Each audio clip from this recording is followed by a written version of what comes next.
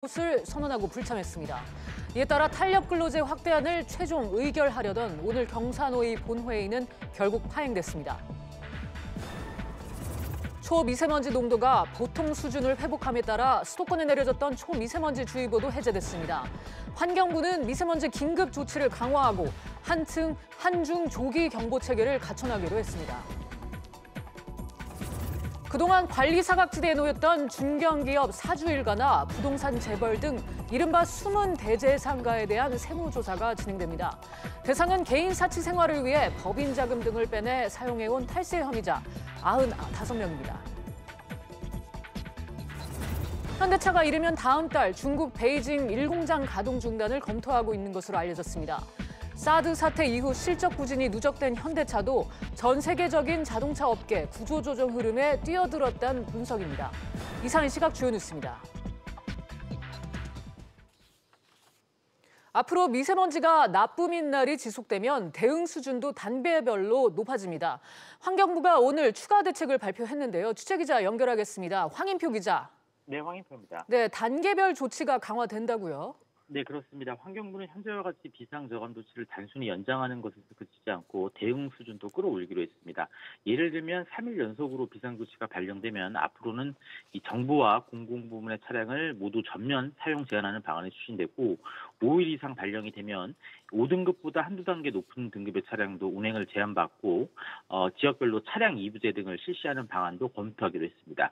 이 밖에 도로 미세먼지 제거를 위해 살수차 운행도 늘리고 이 미세먼지가 심한 날에 가동률 제한을 받고 있는 석탄 발전소도 기존 40개에서 60개로 늘리기로 했습니다.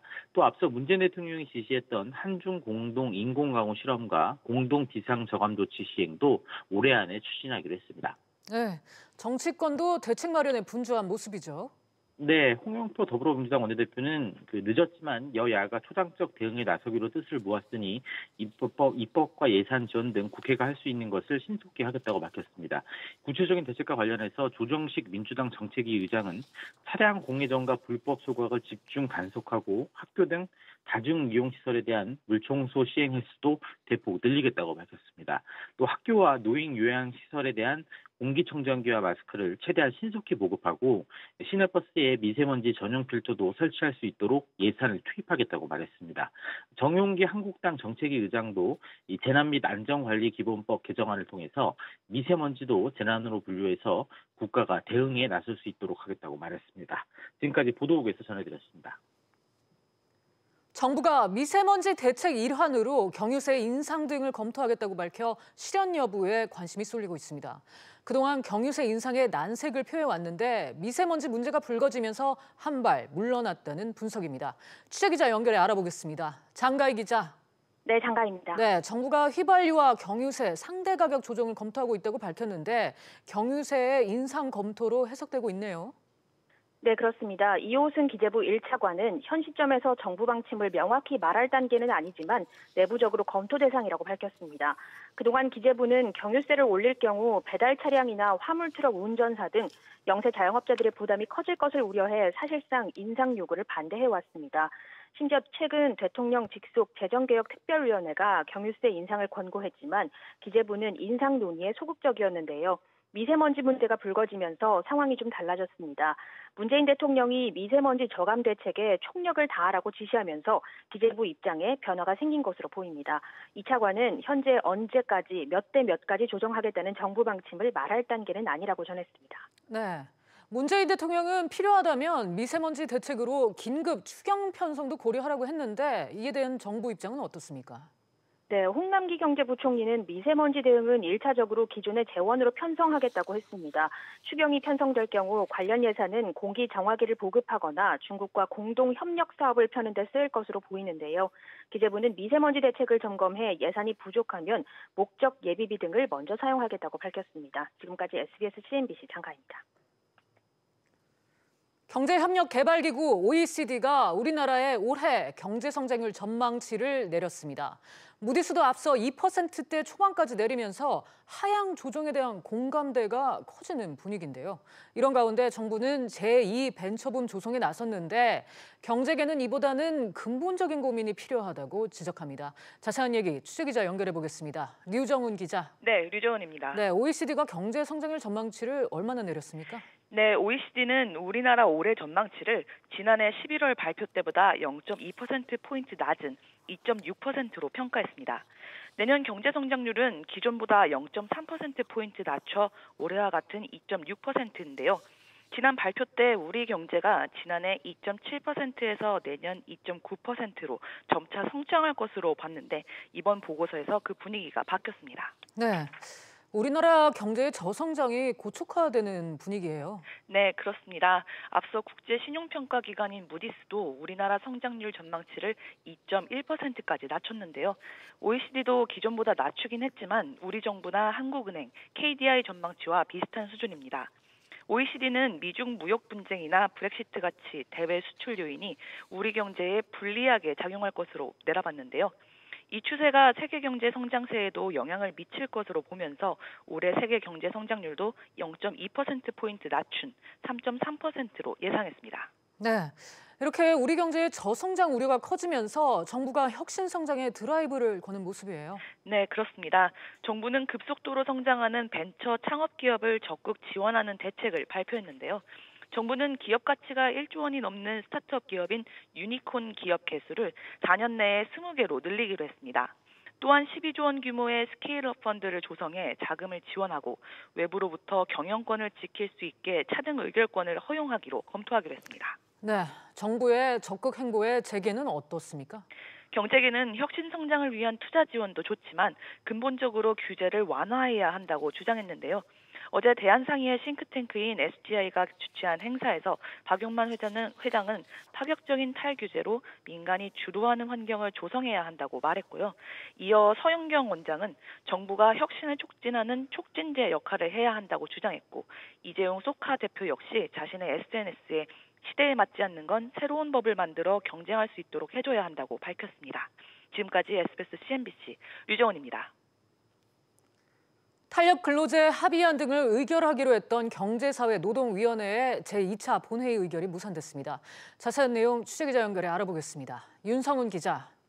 네, 경산호위에 나와 있습니다. 네, 경산호위 본회의가 파행되면서 탄력 근로제 합의안이 의결되지 못했죠? 네, 결과적으로 탄력 근로제 합의안이 의결되지 못했는데요. 한국노총위원장을 제외한 청년, 여성, 비정규직 대표가 탄력 근로제 합의안에 반발하면서 불참을 통보했기 때문입니다. 총 18명으로 이루어지는 본회의는 노사정 대표 중에서 한쪽 위원이 절반 이상 출석해야 의결 정족수가 충족됩니다. 그런데 근로자위원 4명 중 3명이 불참하기로 하면서 의결 정족수를 채우지 못하게 됐고 파행이 빚어진 것입니다. 당초 본회의에서는 탄력 근로제 확대에 대한 합의안, 한국형 실업부조 도입 등 고용 안정화 합의안 등을 의결할 예정이었습니다. 이 때문에 경산호위 측은 근로자위원 3명을 제외한 인원들이 모여 향후 대책에 대한 논의를 진행했습니다.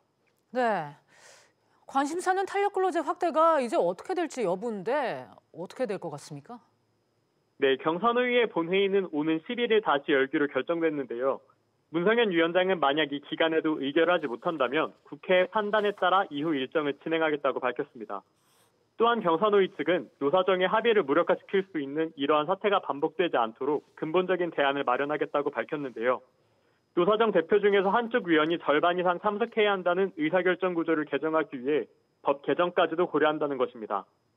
이를 위해서도 근로자위원회 참석이 필요한 만큼 경산호위는 설득에 나서겠다는 입장이지만 여전히 근로자위원회 참석은 불투명해 보입니다. 지금까지 SBS CNBC 윤성훈입니다. 앞으로는 50대도 주택연금 가입이 가능해집니다. 가입주택 가격 상한도 현실화되면서 주택연금 혜택자 수가 늘어날 것으로 보이는데요. 취재기자 연결합니다. 엄하은 기자. 네, 금융입니다. 네, 금융위원회가 주택연금 가입 조건을 완화할 예정이라고요? 네, 최종구 금융위원장은 올해 업무계획 발표 자리에서 고령층의 주택연금 가입자변을 넓혀 노후생활 안정 수단으로서의 주택연금 활용도를 제고하겠다고 밝혔는데요. 우선 주택연금 가입 연령을 낮추기로 하고 관련법 개정에 나서기로 했습니다. 현재는 60세 이상만 주택연금 가입이 가능하지만 앞으로는 50대도 가입할 수 있게 됩니다. 금융위 관계자는 가입 연령 하향 정도에 대해선 주택금융공사법 개정을 논의하면서 확정될 것이라고 설명했습니다. 가입주택 가격 제한도 개선되는데요. 시가 9억 원이 공시가격 9억 원 이하로 바뀌면서 시가 13억 원 정도의 주택도 주택연금에 가입 가능해져 주택연금 혜택자 수는 늘어날 것으로 보입니다. 주택연금 가입 조건 외에도 개선되는 부분 있습니까? 가입주택을 전세나 반전세로 임대하는 것이 가능해집니다. 최종구 위원장은 가입주택의 임대 허용 등 그동안 가입자들의 개선 요구가 많았던 사항들도 개선할 것이라고 밝혔는데요. 이에 따라 노령층은 연금의 추가 소득을 청년과 신혼부부 등에겐 주택 공급을 확대하는 효과를 낼 것으로 보입니다. 또 금융위는 가입자 사망 시 자녀 동의 없이도 배우자에게 연금이 자동 승계되도록 제도를 바꾸기로 했는데요. 금융위 관계자는 자녀의 반대로 배우자가 연금을 받지 못하는 등의 분쟁 소지를 없애겠다는 취지라고 설명했습니다. 지금까지 SBS CNBC 엄하은입니다. 정부가 올해 상반기 중 인터넷은행 등 최대 6개 금융회사의 신규 진입을 허용하기로 했습니다. 지난 1월 인터넷 전문보험사 예비인가를 시작으로 이달 들어 증권사 3곳에 부동산 신탁 예비인가를 허가했는데 오는 5월엔 최대 2곳에 인터넷 전문은행 예비인가를 실시할 예정입니다. 또 전문, 특화금융회사가 활발하게 참여할 수 있도록 진입 요건을 완화하는 등 인가 체계도 정비할 방침입니다. 중견기업 사주일가나 부동산 재벌 등 이른바 숨은 대재산가에 대한 세무조사가 실시됩니다. 국세청은 이들 가운데 불공정, 탈세 혐의가 큰 95명에 대해 전국의 동시 세무조사에 착수했습니다. 자세한 내용 취재기자 연결해 알아보겠습니다. 이한승 기자. 네, 이한승입니다. 네, 이번 세무조사 대상 95명 누굽니까? 이번 세무조사 대상은 중견기업 사주일가가 37명, 부동산 임대업 등을 하는 부동산 재벌 10명, 자영업자나 전문직 등이 48명으로 불공정 탈세 혐의를 받는 95명입니다. 이들은 대기업 사주일가와 달리 대부분 정기 순환조사에서 제외되거나 비상장 기업 등을 운영해 공시 의무가 없는 등 상대적으로 관리 사각지대에 놓여 있다는 지적이 많았습니다. 이에 국세청은 과거와 달리 이번엔 조사 착수 때부터 폭넓게 조사 범위를 설정하는 등 엄정하게 검증하겠다고 강조했습니다. 네, 불공정 탈세라고 하면 어떤 방식을 얘기하는 겁니까? 회사 돈을 사적으로 유용해 호화 사치 생활을 하는 데 사용하거나 부동산이나 자본 거래를 통해 세금을 내지 않고 자녀에게 상속 증여하는 방식이 있고요. 또 특수 관계자 간 부당 내부 거래나 우회 거래 등 각종 탈법적 방법을 통해 세 부담을 교묘하게 회피하는 방식 등도 있습니다. 네, 이렇게 세무조사를 통해서 탈세 사실이 확인되면 어떤 조치를 받게 되죠? 일단 세금을 추징하는 것은 물론이고요. 악의적 탈루수법에 대해서는 검찰에 고발 조치하는 등 엄중하게 처리한다는 게 국세청 방침입니다. 또 불공정 거래나 기업 사주의 횡령이나 배임, 분식회계 등 중대한 위법 행위에 대해서는 검찰이나 공정위 등 유관기관에 통보하는 방안을 적극 검토할 예정입니다. 지금까지 SBS CNBC 이한승입니다. 경제정의실천시민연합, 경실련은 오늘 기자회견을 열고 고가 단독주택 소유자들이 아파트 소유자보다 지난 12년간 보유세를 덜 냈다고 밝혔습니다.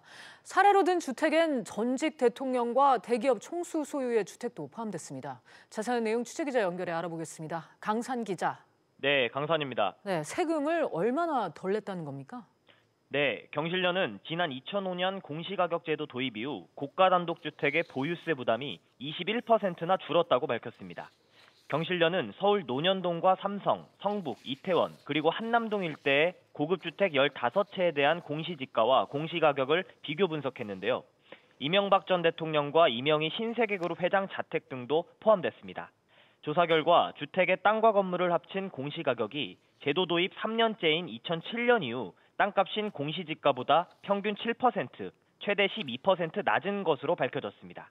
땅값과 건물을 합친 공시가격이 땅값보다 더 낮으니 고가 단독주택의 건물값이 사실상 마이너스로 계산됐다는 게 경실련 주장입니다. 현행 공시가격은 2005년 이전 공시지가, 건물가액을 합친 가격의 84% 수준이고 아파트처럼 실제 시세의 70%를 반영했을 때와 비교하면 64% 수준에 그쳤습니다. 네, 이에 대해서 국토부 설명도 나왔나요?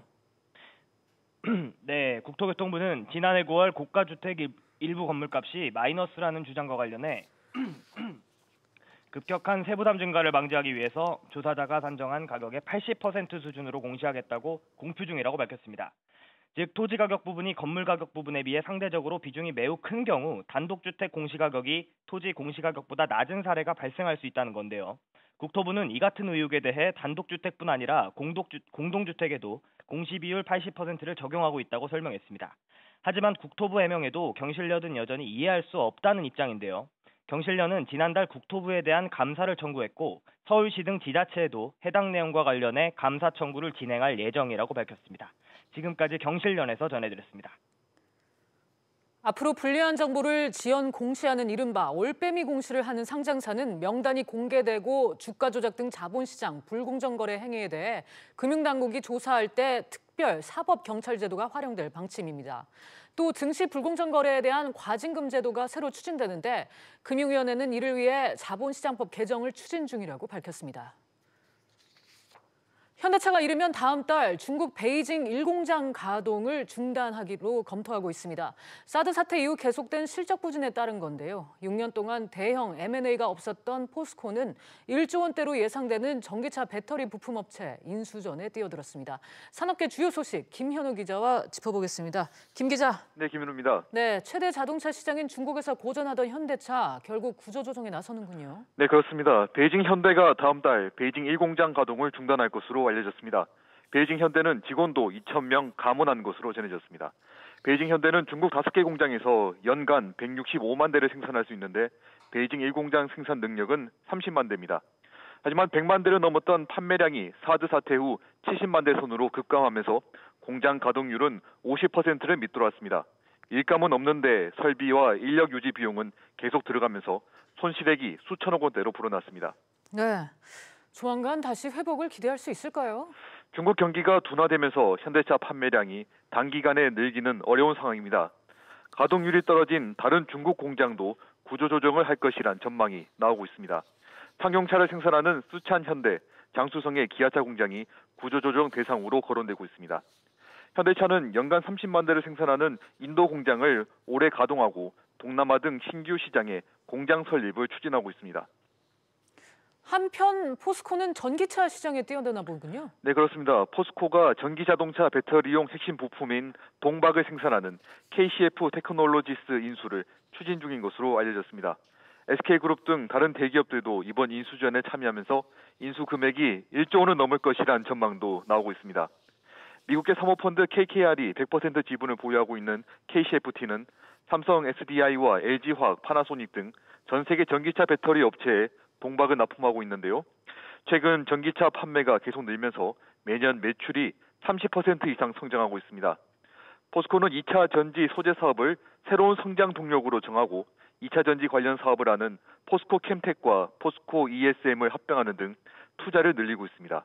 지금까지 보도국에서 전해드렸습니다. 코웨이가 6년 만에 다시 웅진코웨이라는 이름을 갖게 됐습니다. 웅진그룹이 인수를 확정했는데요. 취재기자 연결하겠습니다. 서주영 기자. 네, 소전입니다. 네, 웅진그룹의 코웨이 인수가 확정됐다고요?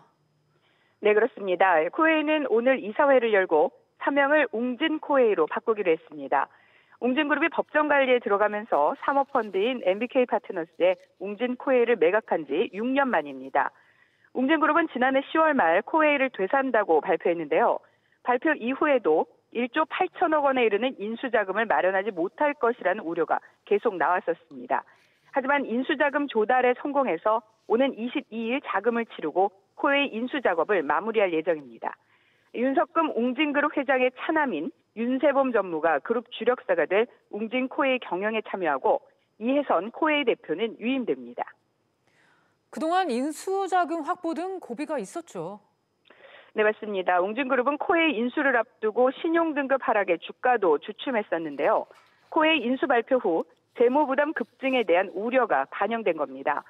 그러나 코웨이 인수가 확정되면서 인수 기대감과 렌탈 시장에 대한 긍정적인 전망 등으로 주가가 회복되는 모습을 보이고 있습니다. 네, 이번 인수로 웅진그룹 재건될 수 있는 건가요?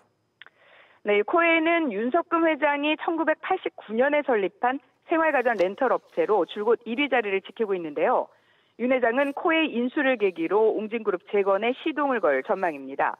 렌털 시장의 성장성을 바탕으로 코웨이를 그룹의 미래 성장 동력으로 키워나갈 것으로 보입니다. 지금까지 SBS CNBC 서주연입니다.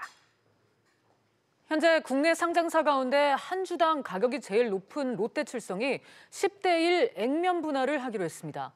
지난 1973년 상장한 이후에 거의 50년 만입니다. 보도국 연결해서 액면 분할 이유와 기대 효과 들어보겠습니다. 임종윤 기자. 네, 보도국입니다. 네, 롯데칠성이 한 주당 주가가 얼마입니까? 예, 제가 조금 전에 12시 한 8분 정도 그때를 보니까 161만 원 조금 넘었습니다. 그러니까 한 주당 가격으로는 우리 주식시장에 상장된 2,200여 개 이 종목 가운데 가장 가격이 높습니다. 비싼 거죠. 롯데칠성이 이번에 10대 1로 액면 분할을 하게 되면 지금 기준으로 보면 이제 주당 160만 원이 넘는 주가가 이제 한 주당 16만 원 정도로 낮아지게 됩니다. 참고로 지난해 5월에 삼성전자가 50대 1의 액면 분할을 했었는데요. 당시에 삼성전자 주가가 250만 원을 넘었었습니다.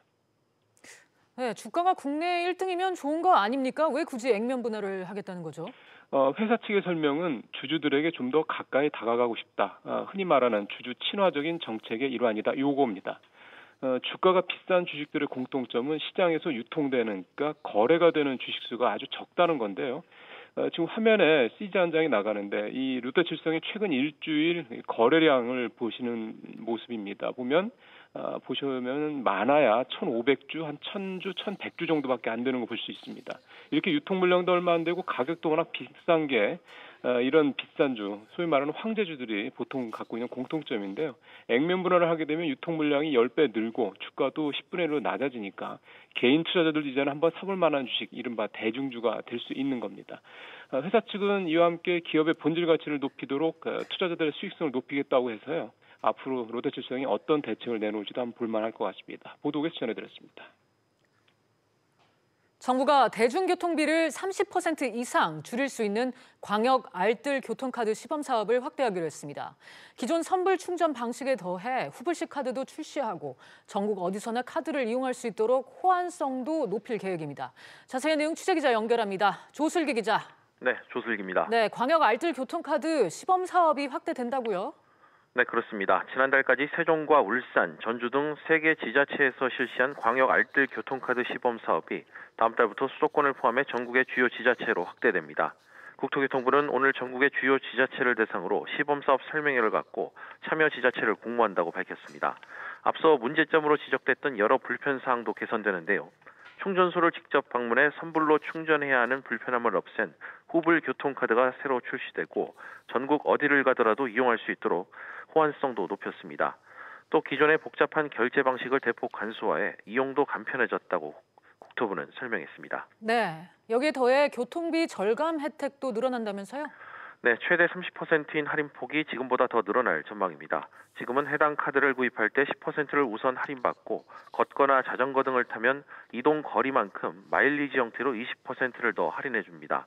여기에 차량 2부제에 동참하거나 대중교통 이용 실적에 비례해 추가 할인 혜택을 제공하는 방안을 국토부는 검토하고 있습니다.